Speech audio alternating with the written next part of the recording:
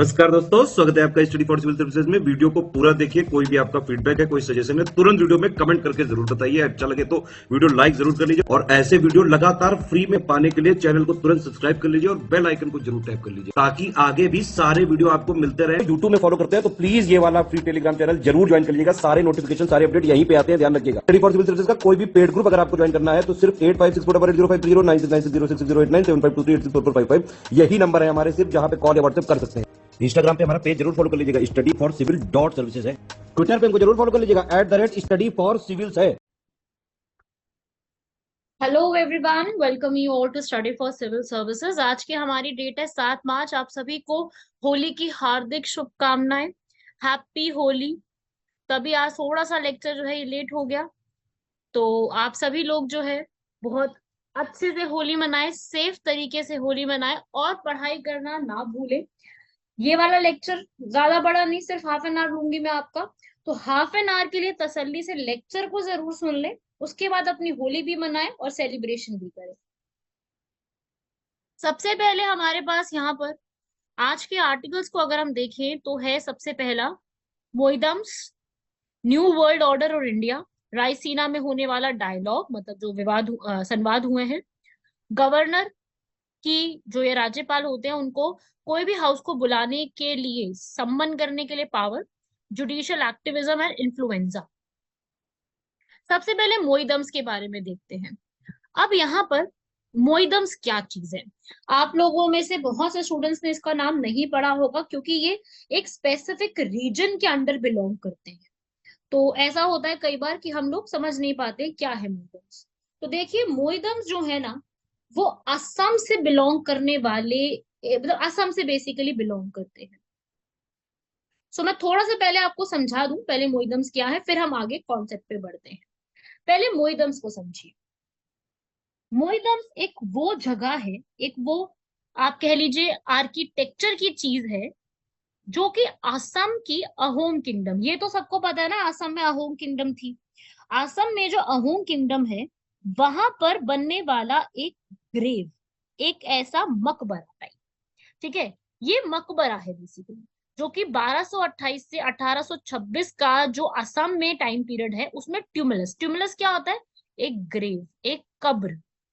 ठीक है, जो कि अहोम किंगडम से जुड़ी हुई है, जो कि जोरहट और डिब्रूगढ़ दोनों ही आसाम में पड़ते हैं ये।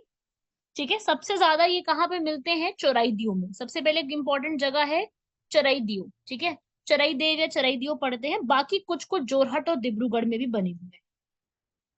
ये एक तरीके से एक स्ट्रक्चर होता है, एक ऐसी स्ट्रक्चर है जो कि वहां पे बना हुआ था।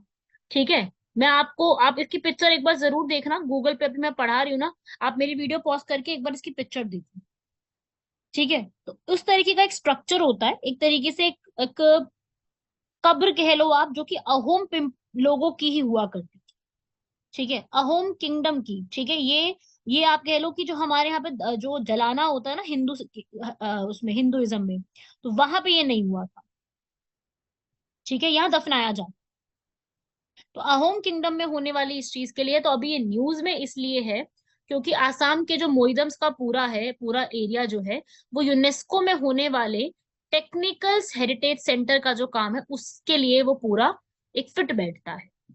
ठीक है, तो ये एक ऑक्टागन की शेप में होता है, अष्टकोणीय होता है, दीवार बनी है, पूरी मोदम को घेरती है, काफी सारे बने हुए हैं, अंडरग्राउंड भी काफी सारे बने हुए हैं और इनकी हाइट्स भी काफी ज्यादा है।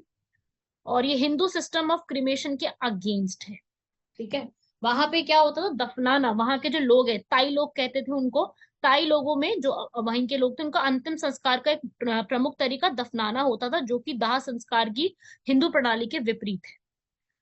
और साथ ही साथ जब वहां पर जो अहोम, ये जो किंगडम राजा है, उन्होंने हिंदू धर्म को अपनाने के बाद उनके दाह संस्कार को राख में दफनाने की विधि को भी चुना था। ठीक है, और इसको बनाने के लिए चंगुरांग फुकान, चंगुंग फुकन जो है, अहोम लोगों ने ही इसको डिस्कवर किया था, जो कि कैसे बनाया जाता है? काली दाल, गुड़, बतख के अंडे, बेरोली मछली, चूना पत्थर और सीमेंट, इन सब से मिलकर के उसका जो है वो बनाने का तैयार किया जाता था। इसे हम क्या कहते हैं? इस पूरे को हम कहते हैं मोइदम्स। तो मोइदम जो है ये इसीलिए न्यूज में चल रहे हैं, ये काफी बड़ी अचीवमेंट हो जाएगी अगर ऐसा कुछ मिलता है। और आप पिक्चर्स की देखना जरूर, अगर आप कभी मतलब थोड़ा एरियल व्यू इसका देखो तो आपको पता चलेगा कि काफी सारी चीजें थी इसके अंदर जो कि ऐसे देखने को मिलती हैं यहाँ पर। ठीक है। और इससे जुड़ा हुआ ये वैसे मैंने जो पूरा आर्टिकल लिया ये ट्विटर से लिया है, ट्विटर पे इसकी इंफॉर्मेशन मिली थी कि ऐसा ऐसा ट्वीट आया था, फिर इसके बारे में I have searched and then I told you कि ऐसा ऐसा चल रहा है। हमारा जो GS1 है ना, GS1 का जो टॉपिक आता है कल्चर और हेरिटेज का, उसके लिए ये इंपॉर्टेंट बनेगा, क्योंकि वहां के चीफ मिनिस्टर ने इसको अनाउंस किया है, जो कि आप देख सकते हो अहोम किंगडम ने करीब 600 साल से ज्यादा राज किया है। तो ये ताई जो अहोम थे ना उसमें से ये देखने को मिला है। और हमें कभी करीब करीब 90 जो है वो ऐसे मिले हैं जिनकी अच्छी खासी कंडीशन है तो करीब 400 में से 90 अच्छी कंडीशन में देखने को मिले। ठीक है, तो ये भी याद रखिएगा। और जो वर्ल्ड हेरिटेज सेंटर के डायरेक्टर है यूनेस्को के, लेजारे असोमो, उन्होंने इंडिया को ये लेटर लिख के बोला है कि मोइदम्स जो है आपके यहाँ के, वो हर टेक्निकल रिक्वायरमेंट जो होती है उसको मीट करते हैं, इसलिए हो सकता है कि आगे आने वाले समय में वर्ल्ड हेरिटेज की लिस्ट में इसको भी इंक्लूड करवा दिया जाए। यूनेस्को को जानते हैं ना सब लोग, यूनेस्को के हेडक्वार्टर्स पेरिस में है, और उसके अंदर टोटल 193 कंट्रीज शामिल हैं आज के समय में, जो पूरा कल्चर, साइंटिफिक, एजुकेशनल चीजों के लिए काम करती है। तो ये भी एक याद रखिएगा, इस तरीके के सवाल पूछे जाते हैं। यूनेस्को हमेशा न्यूज में रहा है, so I just want all of you कि आप जो भी यूनेस्को के बारे में पढ़े तो उसको छोटे मोटे फैक्ट्स आपको जरूर पता होने चाहिए। सेकंड है हमारा नई विश्व व्यवस्था और Bharat, new world order and India. India जो है वो नई दुनिया की जो नई नई व्यवस्था चल रही है उसमें मध्यम मार्ग अपनाना चाहिए। मध्यम मार्ग में क्या है कि अभी इंडिया ने जब रशिया ने यूक्रेन पे वॉर डिक्लेयर किया था तब वहां पर उस आक्रमण की निंदा जो किया था उसमें मतदान ना करना ही इंडिया ने उचित समझा था।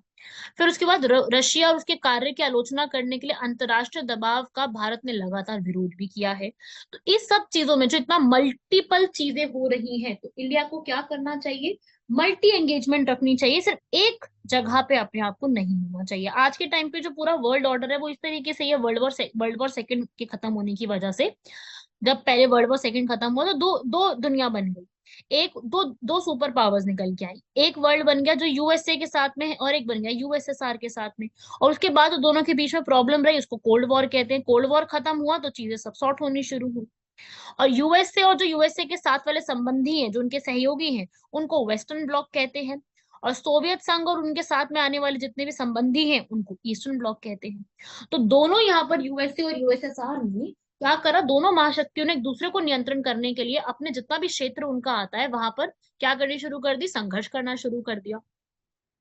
ठीक है, दोनों यहाँ पर क्या बनाने लग गए, न्यूक्लियर वेपन्स बनाने लग गए, जिसके लिए उनकी एक ऐसी सिचुएशन खराब होने लग गई। 1991 में जब कोल्ड वॉर खत्म हुआ तब नया एक जो है विश्व की स्थापना हुई, एक स्थापना हुई।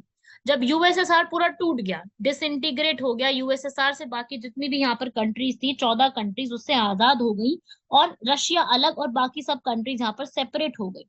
इन सब की वजह से यहाँ पर यूएसए जो है एक बहुत बड़ी सुपर पावर निकल के आया, अमेरिका, और हर रूप में, आर्थिक, राजनीतिक, हर एक चीज में एकमात्र महाशक्ति के रूप में ये निकल के आया था। तो वो पूरा जो दौर था वो किससे जुड़ा हुआ था, ये जो नया पूरा दौर हुआ ये अमेरिका की पावर से जुड़ा हुआ था। पूरा अमेरिका का रोल था यहाँ पर, पूरी वर्ल्ड की पॉलिटिक्स अमेरिका के बेस पे चलती थी। और इसमें अब जो है नई नई जो शक्तियां हैं वो निकल के आई है, जैसे कि चीन, भारत, ब्राजील, ऐसी जो है नई शक्तियों के निकल के आने की वजह से आज के समय में जो यूनिपोलर कहते हैं ना कि एक ध्रुव है, एक वर्ल्ड नहीं है, मल्टीपोलर की तरफ बढ़ते जा रहे हैं। समझ रहे हैं। और अभी यहाँ पर मल्टीपोलर का हम कैसे कह सकते हैं कि हम भाई बहुध्रुवता की तरफ बढ़ रहे हैं। सबसे पहले चाइना का राज, चाइना का उदय हो, चाइना आज के समय में अपनी आर्थिक वृद्धि पे सबसे ज्यादा ध्यान दे रहा है, और उसकी वजह से जो पूरा यूएसए का डोमिनेंस है सबसे ज्यादा चैलेंज किया जा रहा है उसको। और चाइना साथ साथ अपनी मिलिट्री कैपेबिलिटीज को भी बढ़ा रहा है, सैन्य क्षमताएं भी बढ़ा रहा है, जिसकी वजह से वो कंपटीशन दे सकता है किसको, यूएसए को। समझते हैं सब लोग इस चीज को। दूसरा, ये भी हो गया, और साथ ही साथ मल्टीपोलर इकोनॉमिक सिस्टम। अब जैसे कि Bharat, China, Brazil, south Africa, Germany ऐसी कंट्रीज में निकल करके आ रही है, तो ये सारी कंट्रीज जो हैं वो यूएसए के सामने चैलेंज है। प्लस टर्की, ईरान जैसी क्षेत्रीय शक्तियां भी अमेरिका के प्रभुत्व को चुनौती देने के लिए अधिकार यहाँ पर जता रही हैं। तो यहाँ पर अब यूएसए काफी नई नई प्रॉब्लम्स फेस कर रहा है। यूएसए जो है यहाँ पर राजनीतिक तौर पे, आर्थिक तौर पे, विश्व प्रभाव में काफी नई चुनौतियों का सामना कर रहा है। कोविड-19 के आने की वजह से भी काफी ज्यादा health care system, global crisis, सारी चीजें चेंज होती जा रही है और नई शक्तियां निकल के आ रही है। वैश्विक गठजोड़ में भी परिवर्तन आ रहा है, नए नए अलायंसेस काफी ज्यादा बढ़ते जा रहे हैं। एग्जाम्पल के लिए so many alliances are going on. हर कंट्री के साथ अलायंसेस बनने की चीज हो रही है। अब सिर्फ हर अलायंस में यूएसए का प्रेजेंस होना जरूरी नहीं है, अलायंसेस अपने तरीके से डेवलप होते जा रही है, नए नए रूप में डेवलप हो रही है। तो यहाँ पर इंडिया के लिए क्या स्थिति बन गई है? इंडिया ने यहाँ पर क्या करना है? इंडिया अगर भारत और चाइना की अगर कंपटीशन होता है, उससे दूर भी रहता है, तब भी कुछ ना कुछ तो यहाँ पर नेगेटिव इम्पैक्ट पड़ेगा ही पड़ेगा। और क्योंकि जब कोल्ड वॉर हुआ था, तब इंडिया के दोनों में से किसी के साथ कोई भी ऐसे रिश्ते थे नहीं, गलत रिश्ते नहीं थे। ठीक है, लेकिन आज के टाइम पे अगर भारत को अमेरिका के गुट में शामिल होना पड़ता है, तो वो चीन की समस्या का सामना करेगा, क्योंकि चीन तो हमारे साथ बिल्कुल है, बिल्कुल साथ में हमारे बॉर्डर शेयर करता है। और चीन ने पाकिस्तान के साथ एक नई रणनीति साझेदारी की विकसित भी करी है। और जो पूरा साउथ चाइना सी है, हिंद महासागर है, वहां पर अपना प्रभाव बढ़ा रहा है, आसियान कंट्री के साथ अपने रिलेशन को बढ़ाने की कोशिश कर रहा है। तो ये सब चीजों की वजह से इंडिया और चाइना जो है, उनके बीच में से ही प्रॉब्लम शुरू होने होने जा रही है। और 2020 में भी हुआ था गालवान वैली का अटैक, याद है सबको? ठीक है, चाइना जो है वो, चाइना के उदय होने की वजह से भारत को यहाँ पे फेस करना पड़ सकती है ये चीजें। और चीन और भारत दोनों ही अपनी प्रगति कर रहे हैं, और दोनों को ही प्रबल होने की संभावना है आगे चल के। तो अमेरिका चीन के इस तरीके की चीजों को सही रूप से नहीं देखता है, और भारत भी चीन के करीबी प्रतिद्वंदी के रूप में देखता है, क्योंकि उनको पता है कि दोनों देशों को यहाँ पर राइज हो रहा है। तो ये प्रॉब्लम यहाँ पर काफी ज्यादा कॉम्प्लिकेशन की सिचुएशन, आप अगर हर तरीके से देखो तो सिचुएशन काफी कॉम्प्लिकेशन। और रशिया के साथ अगर मैं बात करूं, तो हमारे बहुत पुराने संबंध है, पारंपरिक संबंध है हमारे उनके साथ, बहुत पुराने हैं। और आज के टाइम पे भी हमारे उनके साथ डिफेंस के रिलेशंस बहुत अच्छे हैं। और पश्चिमी जितने भी देश हैं, उन्होंने यूक्रेन और रशिया के वॉर में रशिया की आक्रामकता को अच्छे से नहीं लिया था, और डिसाइड किया था कि रशिया को अलग थलग करें। इसलिए भारत के समक्ष रूस का पक्ष लेने की एक दुविधापूर्ण स्थिति बन चुकी है। ठीक है, क्योंकि क्या है कि भाई यूरोप में रूस को अलग थलग करने की बात की जा रही है, तो उससे क्या होगा, भविष्य में चीन के प्रभावों का भी सामना करना पड़ सकता है। तो आगे से आगे आने वाले समय में यही चीज कही जा सकती है कि इंडिया को सबसे पहले तो अपनी मिलिट्री और अपनी इकोनॉमी पे ध्यान देने की जरूरत है। और जो भी हमारा चाइना के साथ गैप चल रहा है, उसको भरने की कोशिश है। और पूरे साउथ एशिया में, पूरे इंडियन ओशन के रीजन में अपने आप को एस्टैब्लिश करने की जरूरत है, क्योंकि चाइना वहां पे तैयारी कर रहा है, चाइना वहां पर घुसपैठ की तैयारी कर रहा है, वहां पे अपने आप को पहले दिखाने की जरूरत है। तो वहां पर अगर हम अगर हम किसी का दुश्मनी मोड़ लेते हैं या प्रॉब्लम क्रिएट करते हैं, तो वो हासिल नहीं किया जा सकता ये लक्ष्य। हमें किसके साथ मिलकर काम करना पड़ेगा? यूरेशिया के साथ भी, रशिया ईरान के साथ भी करना पड़ेगा, जिनके यूएस के साथ अच्छे संबंध नहीं है। हमें उनके साथ भी अच्छा रहना पड़ेगा, और हमें यूएसए के साथ भी अच्छा रहना पड़ेगा, हमें चाइना के साथ। क्योंकि अगर मान लीजिए कभी कोई बॉर्डर पे प्रॉब्लम आ जाती है चाइना के साथ, तो हमारे जितने भी और लक्ष्य है ना, उनसे हमारा ध्यान केंद्रित ना होकर के दूसरी चीजों पर चला जाएगा, जो कि अभी हम अफोर्ड नहीं कर सकते हैं, क्योंकि अभी और ध्यान देने के लिए और नई नई चीजें भी हैं हमारे पास। ठीक है भाई, इसी लाइनेज पर मैंने थर्ड टॉपिक भी रखा है, क्योंकि अभी इन्हीं सब चीजों पर ध्यान रखते हुए एक रायसीना डायलॉग हुआ। आपको पता होना चाहिए, रायसीना डायलॉग जो है वो 2016 से हमेशा चलता आ रहा है। और इसका ऑब्जेक्टिव यही होता है कि हम लोग क्या करने वाले हैं, हम किसी भी एक कंट्री को इनवाइट करते हैं, और उस एक कंट्री के साथ हमारे अपने जितने भी रिलेशन है, जितनी भी चीजें हैं, उनको डिस्कस करते हैं, कोशिश करते हैं रिलेशंस को सुधारने की। ठीक है, तो ये पूरा काम है इस चीज के लिए, ये जो पूरा हम करते हैं। तो रायसीना डायलॉग जो है, जो नई दिल्ली में हमेशा होता है, इस बार कौन आया है? रशिया के फॉरेन मिनिस्टर। ठीक है, और उन्होंने यहाँ पर अपना भाषण दिया था। तो ईरान, इराक अफगानिस्तान, लीबिया और सीरिया में जो युद्ध हो रहे हैं उसके लिए अमेरिका और नाटो की काफी ज्यादा निंदा करी है। किसने? रशिया के फॉरेन मिनिस्टर ने। अभी रिसेंटली ही यहाँ पर रायसीना डायलॉग हुआ, जिसकी थीम इस बार की क्या थी? थीम लिख लीजिए सब लोग। Provocation, uncertainty, turbulence, light house in the Tempest. और 8वीं बार हुआ है क्योंकि 2016 से चलता आ रहा है, ताकि सारे ऐसे इश्यूज को हम लोग सॉल्व कर सकें, आपस में डिस्कस कर सकें। तो रायसीना डायलॉग जो है वो इसी पर्सपेक्टिव से किया जाता रहा है। ठीक है, रायसीना डायलॉग हर साल करते हैं। कौन ऑर्गेनाइज करती है? Ministry of external affairs. जो हमारी मिनिस्ट्री ऑफ एक्सटर्नल अफेयर्स है, वो यहाँ पर आप रीड करो सब लोग। मिनिस्ट्री ऑफ एक्सटर्नल अफेयर्स जो हमारी विदेश मंत्रालय है, और ऑब्जर्वर रिसर्च फाउंडेशन, ये भी फाउंडेशन है, ऑब्जर्वर रिसर्च फाउंडेशन, जो कि दिल्ली में ही है। और इसके 3 सेंटर है, मुंबई, चेन्नई, कोलकाता, जो कि सरकार को डिसीजन मेकिंग में हेल्प कर। तो रायसीना डायलॉग इसीलिए आया क्योंकि रायसीना हिल्स है ना वहां पर, वहां पे हमारा राष्ट्रपति भवन है, वहीं पर रायसीना डायलॉग वहां से नाम निकल के आया है। ठीक है। और इस बार की जो हमारा 2023 का अभी जो हुआ है, उसमें क्या बात की गई है? उसमें नव विद्रोह, भौगोलिक कार्यक्षेत्र, महत्वाकांक्षाओं के ऊपर बात की गई है कि भाई जो पुराने नक्शे चल रहे हैं उस पर लकीरें खींचने की कोशिश और क्यों की जा रही है, सीमा पार संघर्ष क्यों किया जा रहा है, इनके ऊपर बात की गई है। और आज के समय में ये भी बोला गया कि भाई जितने भी यहाँ पर ये लड़खड़ाते चरमराते संगठन है, उनमें क्या नई चीजों को आप लाने की कोशिश कर सकते हैं, G20 कैसे हमारी एक बेटर रूप में हमारे लिए निकल के आ सकता है। ठीक है। ये सब आपको ट्विटर पर, हिंदुस्तान टाइम्स, हिंदू, अलग अलग सब चीजों पे मिलेगा इनका। जरूर आप इसको जो है वो पढ़ते रहिए, इसके बारे में आपको पता जरूर होना चाहिए। और अराजक संहिता, इन सब के ऊपर बात जो है वो की गई है। क्या बोला गया है कि राष्ट्रों को, जितने भी राष्ट्र हैं, उनकी पहुंच, उनकी दोहरी आकांक्षाएं, उन सब की रक्षा हमें कैसे करनी चाहिए। और आज के जितने भी हमारे कानून है वो इन सबको रोकथाम करने में क्या एप्लीकेबल है, क्या पर्याप्त है कि हम इन पर करें, या फिर हमें दोबारा इन पर पुनर्विचार करना चाहिए, इस पर दोबारा सोचने की कोशिश करनी चाहिए, डिजिटल क्षेत्र में कैसे बढ़ावा दें। और साथ ही साथ क्लाइमेट के ऊपर तो देखो हमेशा बात करनी ही पड़ेगी, क्योंकि क्लाइमेट तो सबसे बड़ा इशू है हमारा। हम ये कैसे सुनिश्चित कर सकते हैं कि संसाधनों को कुछ देशों में संकेंद्रित ना किया जा सके, जिससे बहुत लोगों को हानि हो सकती है। नाजुक हमारी स्थिति चल रही है, उसमें लचीलेपन में निवेश करने की आवश्यकता है। नए जोखिमों को संभालने की जरूरत है।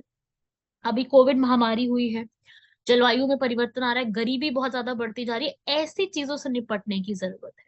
और एक बोला है ग्रे राइनो, एक वर्ड यूज करा है ग्रे राइनो, कि भाई लोकतंत्र, निर्भरता और ऋण का जाल खत्म करना पड़ेगा।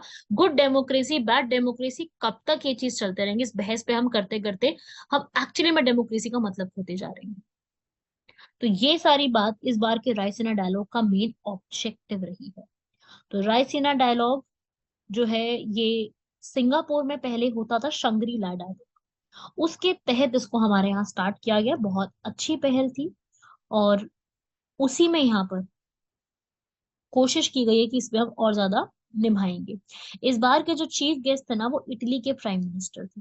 इटली के प्राइम मिनिस्टर यहाँ पर आए थे और डिस्कशन वगैरह की गई थी।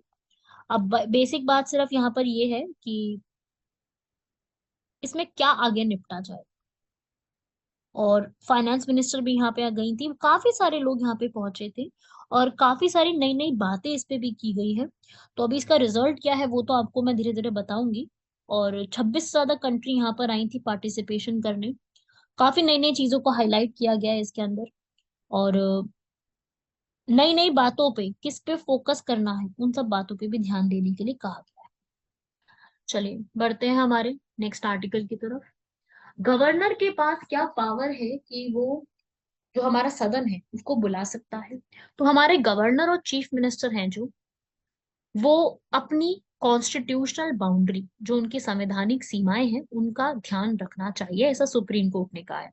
अभी क्या हुआ कि आम आदमी पार्टी है जो दिल्ली में, उन्होंने यहाँ पर एक अपील करी है कि बजट सत्र को आहूत करने के लिए अभी हम तैयार नहीं।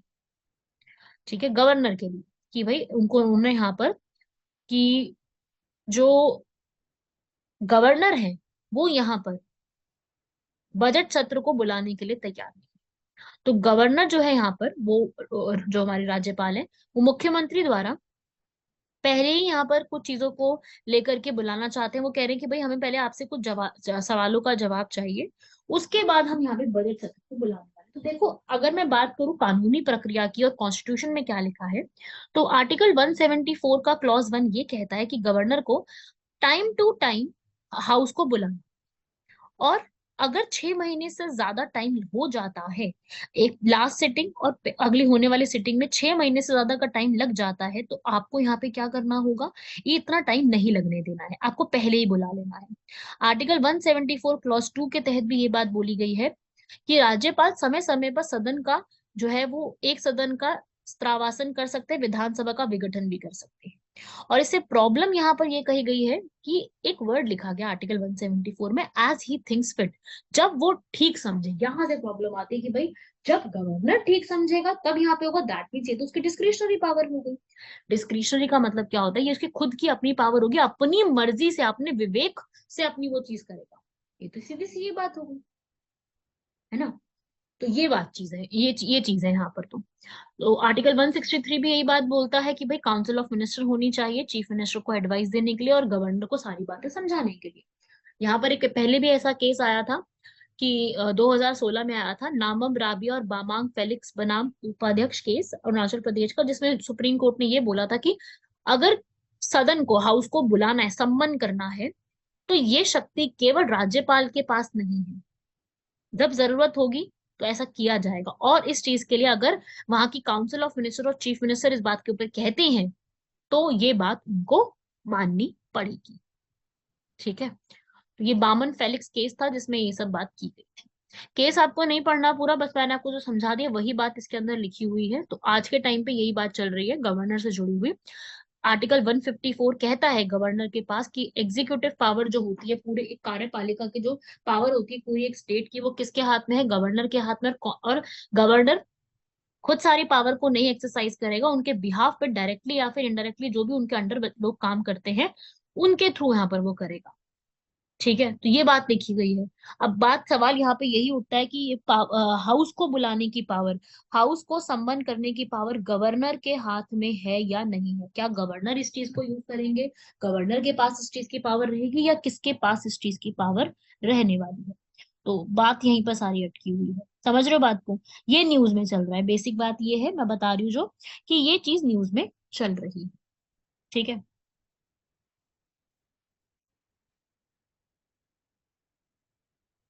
बढ़ते हैं आगे। Next, judicial activism. अब यहाँ पर न्यायिक सक्रियता में चुनाव आयोग की जितनी भी नियुक्ति होगी उस पर निगरानी समिति भी रखी जाएगी। यहाँ पर सुप्रीम कोर्ट का एक निर्णय आया था ना अभी, कि जो भी भारत के चुनाव आयोग के सदस्य होंगे उनकी नियुक्ति करने का जो सारा होगा यहाँ पर, वो एक अलग से बनाया जाएगा। एक कमेटी होगी 3 लोगों की, जिसमें कौन कौन होंगे, एक होंगे हमारे prime minister, leader of opposition of Lok Sabha, और जो भी सिंगल लार्जेस्ट ऑपोजिशन पार्टी है उसका, या फिर और सीजीआई। ये लोग मिलकर के इलेक्शन कमिश्नर और बाकी इलेक्शन कमिश्नर जो 2 होते हैं उनको चूज करेंगे, जब तक पार्लियामेंट कोई लॉ पास नहीं कर देती है, कोई और लॉ इस पूरे के लिए। अगर जब तक पार्लियामेंट कोई लॉ पास नहीं कर देती है तब तक ये 3 मेंबर की कमेटी जो है ना, वो पूरा बैठ करके सारी चीजों को चुनेगी इलेक्शन कमिश्नर के। तो अभी न्यायिक सक्रियता का यही मतलब है कि भाई अगर न्यायिक, यहाँ पर सुप्रीम कोर्ट ने इंटरफेयर किया और डिसीजन दिया ना, इसके लिए इसे ही कहते हैं न्यायिक सक्रियता। मतलब कि आप जब भी कोई संविधान और कानून की व्याख्या करनी है तो न्यायाधीश यहाँ पर जो है, जो हमारे जजेस होंगे वो यहाँ पर चेंज कर सकते हैं। ऐसा नहीं कि जो लिखा है उसी पे बात करेंगे, सिर्फ उसमें नई नई चीजों को लाज कर सकते हैं। बेसिकली बात ये है, देखो, जुडिशियल एक रिव्यू होता है, न्यायिक समीक्षा। जुडिशियल रिव्यू का मतलब है रिव्यू कर रही है, री का मतलब क्या होता है, दोबारा, और व्यू का मतलब क्या होता है, देखना। तो अगर जुडिशरी दोबारा देख रही है किसी रूल को, वो अलग कॉन्सेप्ट है। एक्टिविज्म का मतलब है एक्टिव हो गई है, एक्टिव का मतलब जो बातें लिखी हैं कॉन्स्टिट्यूशन में और पब्लिक के लिए उसको ठीक करने के लिए उसमें एक्टिवली पार्टिसिपेट कर रही है, सक्रिय होकर के पार्टिसिपेट कर रही है, इसे हम क्या कहते हैं, जुडिशियल एक्टिविज्म। और इसका सबसे बड़ा एग्जांपल हमारे पास केशवानंद भारती केस बनाम स्टेट ऑफ केरला है, जब यहाँ पर मूलभूत संरचना के ऊपर बात की गई थी 1973 में। 1973 में मूलभूत संरचना को सबसे ऊपर दिखा के बात की गई, तो सीधा सीधा यही बोला गया था कि भाई जो भी हमारी लोकतंत्र, धर्मनिरपेक्षता, विधि का शासन, इस तरीके की जितनी भी चीजें उनको आप संशोधित नहीं कर सकते। और ये बेसिक स्ट्रक्चर का कॉन्सेप्ट आज पाकिस्तान, नेपाल, भूटान, कितनी कंट्रीज ने हमसे अडॉप्ट किया है। और कई बार जुडिशियल एक्टिविज्म को बहुत अच्छे तरीके से माना जाता है, लेकिन कई बार इसको बोला जाता है नेगेटिव भी, कि भाई ये तो ऐसे करके हमारी पार्लियामेंट और हमारी कार्यपालिका के बीच में यहाँ पर जो है एक तरीके से अटैक कर रहा है, या फिर बीच में हमारे प्रॉब्लम क्रिएट करने की कोशिश कर रहा है। तो इसके ऊपर दो विचार हो सकते हैं, राइट। सुप्रीम कोर्ट आज के समय में मैं बात करूं, मेरे मेरे हिसाब से सब चीजों को अगर नजरअंदाज कर भी दें, फिर भी सुप्रीम कोर्ट यहाँ पर एक्टिव पार्टिसिपेंट होना चाहिए और सक्रिय भागीदारी के रूप में काम करने की जरूरत है। लेकिन इससे जुड़े हुए काफी सारे हमारे पास चुनौतियां और समस्याएं भी हैं, जैसे कि ये भाई जो हमारा आर्टिकल नंबर 50 लिखा हुआ है डीपीएसपी का, आर्टिकल 50 डीपीएसपी का जो हमें कहता है कि भाई जुडिशरी, लेजिस्लेचर और एग्जीक्यूटिव, न्यायपालिका, विधायिका और कार्यपालिका, इनके बीच में यहाँ पर शक्तियों का विभाजन होना चाहिए। तो वो तो हो नहीं पा रहा है। क्यों? क्योंकि यहाँ पर एक दूसरे के काम में इंटरफेयर चल रहा है। जुडिशरी एक्टिव होकर के पार्लियामेंट के कामों में, डिसीजन में हेल्प ले रही है। तो यहाँ पर वही चीज है, ठीक है। और संविधान के अनुसार जो न्यायपालिका है, जुडिशरी, वो लोगों के प्रति उतनी उतनी ज्यादा जवाबदेही नहीं है जितनी विधानमंडल और कार्यकारी है। तो ये सब बात यहाँ पे की गई है। तो इससे क्या हो रहा है कि अभी डेमोक्रेसी किस तरीके से निभेगी, कैसे चलेगी, उसके ऊपर क्या हो गया है, प्रॉब्लम हो गई यहाँ पर, ठीक है। उसके ऊपर कुछ ना कुछ यहाँ पर सवाल खड़े हो गए हैं कि अब इसको हम कैसे निभाएंगे, ठीक है। तो इसको भी याद रखना, इस प्रकार की चीजें जो है वो काफी सारी पूछी जा रही हैं, और ऐसा सवाल आप लोगों से भी बन सकता है। क्लियर है सबको यहाँ तक? इस चीज को पूरा याद रखना। और बाकी देखो, जुडिशियल एक्टिविज्म आपको पता होना चाहिए। ये वाला जो कॉन्सेप्ट है ना हमारा पूरा, मुझे ऐसा लगता है कि ये हमारे सिर्फ मेंस के लिए इंपॉर्टेंट है, प्रीलिम्स में इससे कोई सवाल नहीं बनेगा। ये हमारे मेंस के लिए पूर्णतः आप कह लो कि इम्पोर्टेंट रहेगा। आ सकता है पूरी पूरी तरीके से इससे क्वेश्चन कि जुडिशियल एक्टिविज्म, या फिर अगर आप में से कोई भी स्टूडेंट, मैं बता दूं, सीएपीएफ के लिए प्रिपेयर कर रहा है, तो वहां से सवाल बन सकता है कि सीएपीएफ के लिए भी सवाल बनेगा कि ये प्रोज एंड कॉन्स क्या है इसकी। समझ रहे हो इस चीज को? तो सब लोग इस चीज को याद कर सकते हैं, इसको आप पढ़ लीजिएगा। बाकी आगे आने वाले समय में यहाँ पर जो हमारे जितने भी न्यायाधीश है, उनको कानून से को बनाने की बजाय उनको और ज्यादा व्याख्या देनी चाहिए, और ये समझाना चाहिए कि न्यायाधीशों को यहाँ पर ये प्रोत्साहित करना चाहिए कि भाई आप हस्तक्षेप जो है केवल मौलिक अधिकारों की रक्षा करने में नहीं, बाकी सारी चीजों में भी आपको हस्तक्षेप जो है यहाँ पर बिल्कुल बिल्कुल करनी चाहिए इस चीज के लिए। और बाकी देखो, जुडिशियल एक्टिविज्म से जुड़ी हुई एक काफी बड़ी बात बोली जाती है कि एंटी डेमोक्रेटिक है, कि ये जो है लोकतंत्र के विरोध है, या अभिजात वर्ग का पक्ष लेने वाली प्रक्रिया जो है वो मानी जाती है। तो वही है, इसके अंदर लोगों को समझाने की जरूरत है कि जुडिशियल एक्टिविज्म क्यों जरूरी है, लोगों को बेनिफिट समझाने की जरूरत है इस चीज में, ठीक है। और जुडिशियल एक्टिविज्म हो सकता है आगे आने वाले समय में इसका दुरुपयोग भी हो, तो उससे रोकने की भी जरूरत है। पहले से ही इस चीज को जो है ट्रांसपेरेंसी होनी चाहिए, अकाउंटेबिलिटी होनी चाहिए, इसको प्रमोट करो। और जुडिशियल एक्टिविज्म में न्याय लेने के लिए बढ़ावा देने की जरूरत है। तो ये जो है आज के समय में काफी इंपॉर्टेंट कॉन्सेप्ट है, इसको आप लिख लीजिएगा, जुडिशियल एक्टिविज्म पूरी। इसका आप स्क्रीनशॉट भी ले सकते हो। आपके एग्जाम में इस टॉपिक से क्वेश्चन बन सकता है, क्वेश्चन ये आ सकता है कि इसके प्रोस एंड कॉन्स, इसके आर्ग्यूमेंट्स फेवर में और इसके अगेंस्ट में आपको लिख के देने हैं। तो ऐसा there is a high chance कि इससे क्वेश्चन बन सकता है, ठीक है। नेक्स्ट है इन्फ्लुएंजा। इन्फ्लुएंजा जो है आप लोगों ने सुना होगा, एक बीमारी का कारण है। अभी आज के टाइम पे खांसी और बुखार के बहुत ज्यादा मामले बढ़ते जा रहे हैं, तो उसका हो सकता है ये इन्फ्लुएंजा सब टाइप ए H3N2 का एक टाइप हो, इसे फ्लू कहते हैं, है ना। इन्फ्लुएंजा वायरसेस के होने की वजह से ये इन्फ्लुएंजा यहाँ पर फैला हुआ है, जो कि आपके नाक, आपके गले, आपके फेफड़ों पर जहाँ पर करता है, जिसके अलग अलग टाइप होते हैं, ABCD टाइप होते हैं, सीजन वाइज होता है, ठीक है। तो उसके भी अलग अलग टाइप है, आप इसको पढ़िए। यहाँ पर अभी के टाइम पे जो देख रहे हैं हम, H1N1 H3N2 इन्फ्लुएंजा, काफी ज्यादा वायरस जो है लोगों में बढ़ता जा रहा है। और एक इसी में से जो है ये महामारी का भी कारण बना था, जो ये वायरस आया था।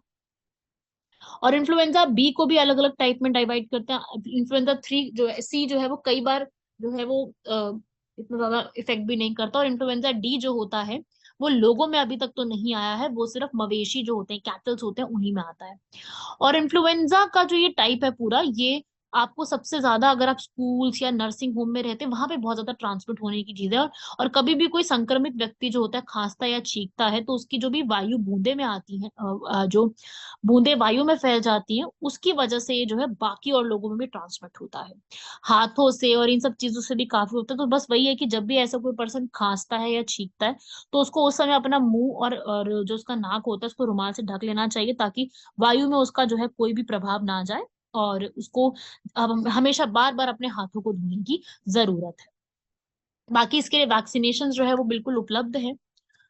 और उसको रोकने के लिए प्रॉपर हमारे पास वैक्सीन है, जो कि अभी यूज में भी हो रही है, जैसे कि निष्क्रिय टीके जिन्हें मृत निष्क्रिय वायरस होते हैं, और जीवित शील इन्फ्लुएंजा टीके जिसमें जीवित होते हैं लेकिन कमजोर वायरस होते हैं। ठीक है।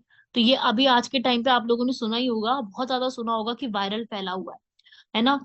आप लोगों ने सुनी होगी ये वर्ड, तो बहुत ज्यादा कॉमनली चल रहा है। तो ये जो वायरल फैला हुआ है, ये इसका मतलब ये नहीं कि वायरल फैला हुआ है तो फिर हमें जो है उसको बर्दाश्त करना है या कुछ भी। अगर किसी भी आपके घर में ऐसा किसी को लगता है, तो उसके लिए आप लोग सब यहाँ पर बताएं जा करके, उसके लिए इलाज भी करवाएं, और कोशिश करें कि उसको स्टॉप करवाने की ट्राई किया जाए। तो इसको आप यहाँ पर याद रखिएगा। बढ़ते हैं हमारे आज के क्वेश्चंस की तरफ। बस इतना ही करेंगे आज। आज हमारे क्वेश्चंस को देख लेते हैं। IFSCA क्या चीज है? International financial services centre authority, 2019 Gandhinagar Gujarat में इसको बनाया गया है। देखिए, आज के आने वाले समय की मैं बात करूं तो आने वाले काफी ज्यादा समय में आपको फाइनेंशियल सेंटर में जो है, आपको काफी सारी चीजें गुजरात में देखने को मिलने वाली है। क्यों? क्योंकि गुजरात जो है वो गिफ्ट सिटी भी बना रहा है अपनी, जिसमें आपको काफी सारी फाइनेंशियल जो भी सेंटर और सारी चीजें होंगी ना, वो आपको गुजरात में ही देखने को मिलेगी। IFSCA कहते हैं इसको। याद रखिएगा इसको। जो भी हमारे डोमेस्टिकली कुछ भी प्रॉब्लम्स होती है उसको सॉल्व करने के लिए एक सेंटर बनाया जा रहा है। दोनों स्टेटमेंट ठीक लिखी हुई है, पढ़ लीजिएगा इसको। ये इसका लोगो है। फिर आता है यहाँ पर इंडियन गौर। मैंने आपको पहले इसके बारे में जो है बताया हुआ है, इसलिए मैंने आज एक क्वेश्चन देखे कि काफी समय हो गया इसके बारे में पढ़े हुए। तो इंडियन गौर ना एक बाइसन होता है। बाइसन समझते हो ना? ये गोवा और बिहार का स्टेट एनिमल है।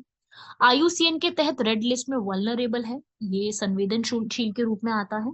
और इसकी 21,000 से ज्यादा पॉपुलेशन है भारत। और काफी समय इससे इसकी पॉपुलेशन कम भी होती जा रही है। एक तरीके से ना ये आप कह लो कि ये एक काऊ और बुल के बीच में जैसा दिखता है। ये इसकी पॉपुलेशन अभी तो स्टॉप में है। और गॉर्ज को मतलब क्या होता है? वाइट, एक तरीके से, है ना। तो ये वाइट टाइप भी कह सकते हो, कई बार वाइट भी दिखते हैं। इंडियन बाइसन कहते हैं इसको। और ये श्रीलंका और बांग्लादेश में भी मिलता है, सिर्फ इंडिया में ही नहीं, ये श्रीलंका और बांग्लादेश में भी मिलता है। और काफी बड़ी इसकी स्पीशीज होती है, काफी ज्यादा हैवी होता है। इंडिया में काफी ज्यादा पॉपुलेशन है इसकी। जितने भी वर्ल्ड में यहाँ पर बाइसन मिलते हैं उसमें से 85% से ज्यादा इंडिया में, अकेले इंडिया में है 85% से ज्यादा। इसकी एस्टिमेशन भी देखी गई थी। ये हमारे साउथ एशिया में मिलता है और साउथ ईस्ट में मिलता है। और सबसे ज्यादा इंडिया में। इंडिया में कहाँ सबसे ज्यादा? वेस्टर्न घाट्स, गोवा में। ठीक है। और वेस्टर्न घाट में सबसे ज्यादा है। ठीक है। तो सारी स्टेटमेंट आपकी ठीक लिखी, आप अच्छे से पढ़ सकते हो। सबसे ज्यादा अगर मैं बात करूं कहाँ मिलता है, तो वही वो कर्नाटका के नागरहोल नेशनल पार्क में है, बांदीपुर में है। ये भी कर्नाटका में। साथ ही बर्मा, थाईलैंड, इन सब जगह पे भी देखने को मिलेगा आपको। बस वही है कि काफी ज्यादा इसकी मीट की डिमांड रहती है। और काफी बार इनका ह्यूमन से कॉन्फ्लिक्ट हो जाता है, तो जिसकी वजह से इनकी पॉपुलेशन आज के टाइम पे थोड़ी कम होती है। पर ये नहीं मैं कह रही कि बहुत कम हो रही, थोड़ी बहुत कम इनकी पॉपुलेशन डिक्लाइन में चल रही है। इसीलिए तो इनको वल्नरेबल बोला गया है। ठीक है भाई, समझे बात को? तो ये थे आज के हमारे पूरे आर्टिकल्स। आज आपने फिर से 8 आर्टिकल्स पढ़े हैं अपने। Wish you all a very happy Holi. अच्छे से एंजॉय करिए होली को, लेकिन सेफ रहेंगे सब लोग। पढ़ते रहेंगे, क्योंकि आपने होली सेलिब्रेट करने के बाद पढ़ाई भी करनी है फिर आकर के। तो सब लोग सेफ रहें, अच्छे से जरूर सेलिब्रेट करें, लेकिन जरूर टाइम निकालें मेरा लेक्चर सुनने के लिए। हाफ एन आवर निकालना बहुत बड़ी बात नहीं होगी, सिर्फ हाफ एन आवर, उससे ज्यादा तो मैं आपका लूंगी ही नहीं 2 दिन के लिए। तो आप जरूर पढ़ें, जरूर सुने इस पूरे को। और कैसा लगा आपको वीडियो, कमेंट बॉक्स में जरूर कमेंट करके बताएं। मिलते हैं आप लोगों से नेक्स्ट लेक्चर में। धन्यवाद, शुक्रिया, जय हिंद।